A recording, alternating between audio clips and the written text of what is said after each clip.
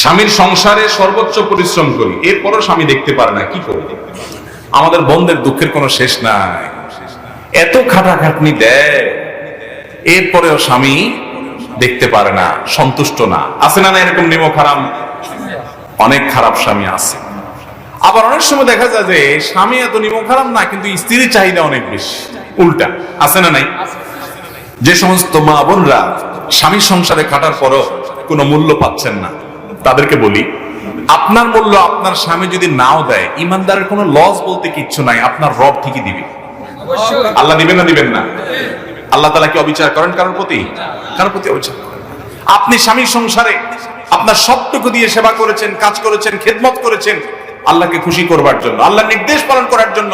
স্বামী আপনাকে না দেখতে পারে, আল্লাহ ঠিকই দেখতে পারবেন এবং বিনিময় দিবেন। আল্লাহ তাআলা বিনিময় দিতে ভুল করবেন, অতএব অসুবিধা কি? স্বামী না দিলে কি হয়েছে? আমার আল্লাহ দিবে। ইমানদার কখনো এই জন্য ডিপ্রেশনে পড়তে পারে।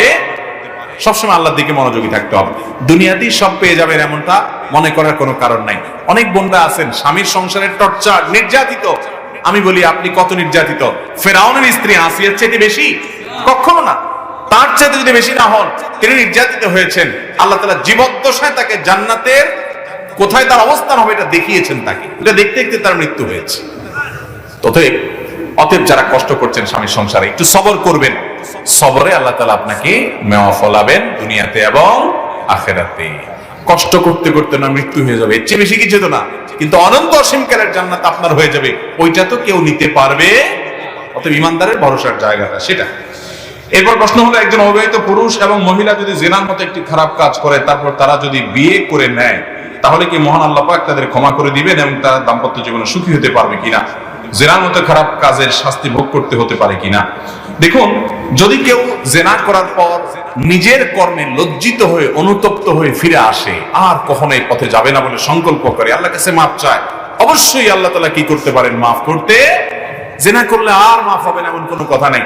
সব পাপই মাফ হতে পারে যদি আল্লাহর কাছে তওবা করে মানুষ। অতএব এই পাপও আল্লাহ তাআলা মাফ করতে পারেন। এবং দাম্পত্য জীবনের সুখের কথা যেটা বলছেন, হারাম করেছেন, করে লজ্জিত হয়ে মাফ চাইছেন, আল্লাহ তাআলা আগের পাপ এবং পাপের যে প্রভাব সবকিছু আপনাকে ক্ষমা করে দিয়ে অবশ্যই দাম্পত্য জীবনের সুখ শান্তি দিতে পারেন। প্রয়োজন হলো তওবা নাসুহা। তওবা নাসুহা মানে কি? খাঁটি তওবা, যে তওবা আর কখনো ভঙ্গ হবে না, এই রকম তওবা করতে হবে। বর্তমানে কিছু মানুষ হাদিস একেবারেই মানতে চায় না। তারা বলে হাদিস নাকি রাসূল সাল্লাল্লাহু আলাইহি ওয়াসাল্লাম মৃত্যুর 200 বছর 250 বছর পর কিছু মানুষ নিজের বর্ণনা করেছেন, তাদের উদ্দেশ্যে কিছু বলেন। এরকম মানুষ অনেক জায়গায় এখন হয়ে গেছে। তারা হাদিস মানে না, তারা কি মানে? কোরআন মানে। কারণ কোরআন মানলে ভণ্ডামি করাটা সহজ হয়। শুধু কোরআন মানলে, হাদিস অস্বীকার করে শুধু কোরআন মানলে ভণ্ডামি করা কি হয়? কারণ কোরআনে আল্লাহ তাআলা বলছেন নামাজ পড়ো। কিভাবে পড়ো আল্লাহ আর বলে নাই, তাহলে এবার ঘুরে ফেরা একটু পাগলামি করে কোন রকম বলা যায় যে নামাজ হয়ে গেছে। ঠিক না ভাই? ঠিক।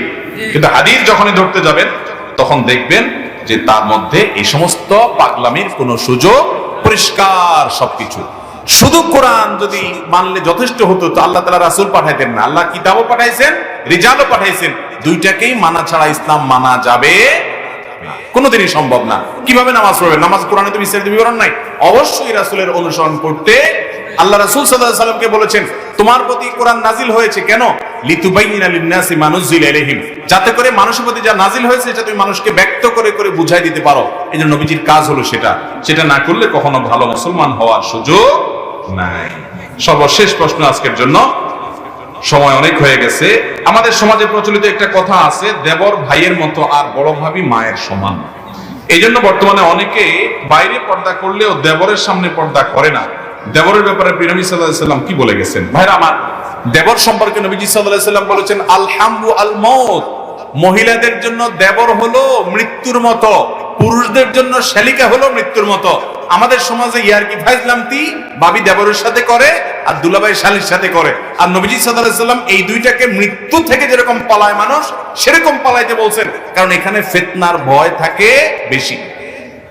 অতএব যারা বলে দেবর হলো ভাইয়ের মতো, তাদেরকে বলতে হবে, তোমার স্বামী মারা গেলে দেবরের সাথে বিয়ে জায়েজ আছে, তোমার ভাইয়ের সাথে কি বিয়ে জায়েজ আছে? তাহলে দেবর ভাইয়ের মতো কেমনে হলো? এটা ভণ্ডামি কথা।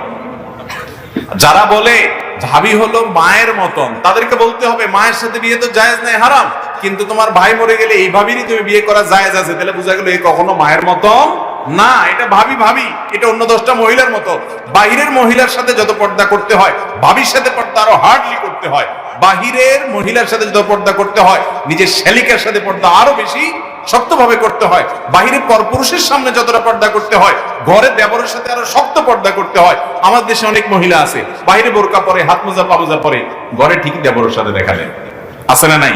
অনেক শ্বশুররা আছে সহযোগিতা করে না, শাশুড়ি আছে সহযোগিতা করে না, এটা দায়ুস যারা সহযোগিতা করে না।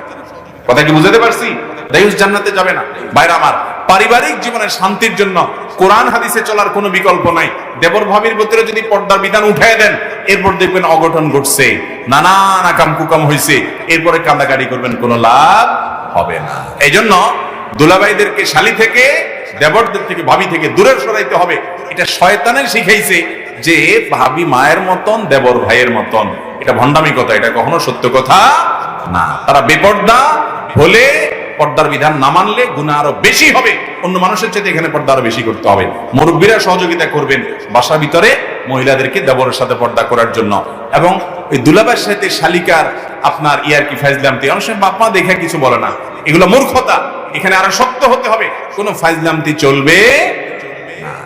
এই ফাইজলামতির হাত ধরে অনেক আকাম কুকাম হয়, এরপরে আফসোস করে আর কাজ হবে না। আল্লাহ তাআলা আমাদের সবাইকে বুঝার তৌফিক দান করেন, আমল করার তৌফিক দান করুন।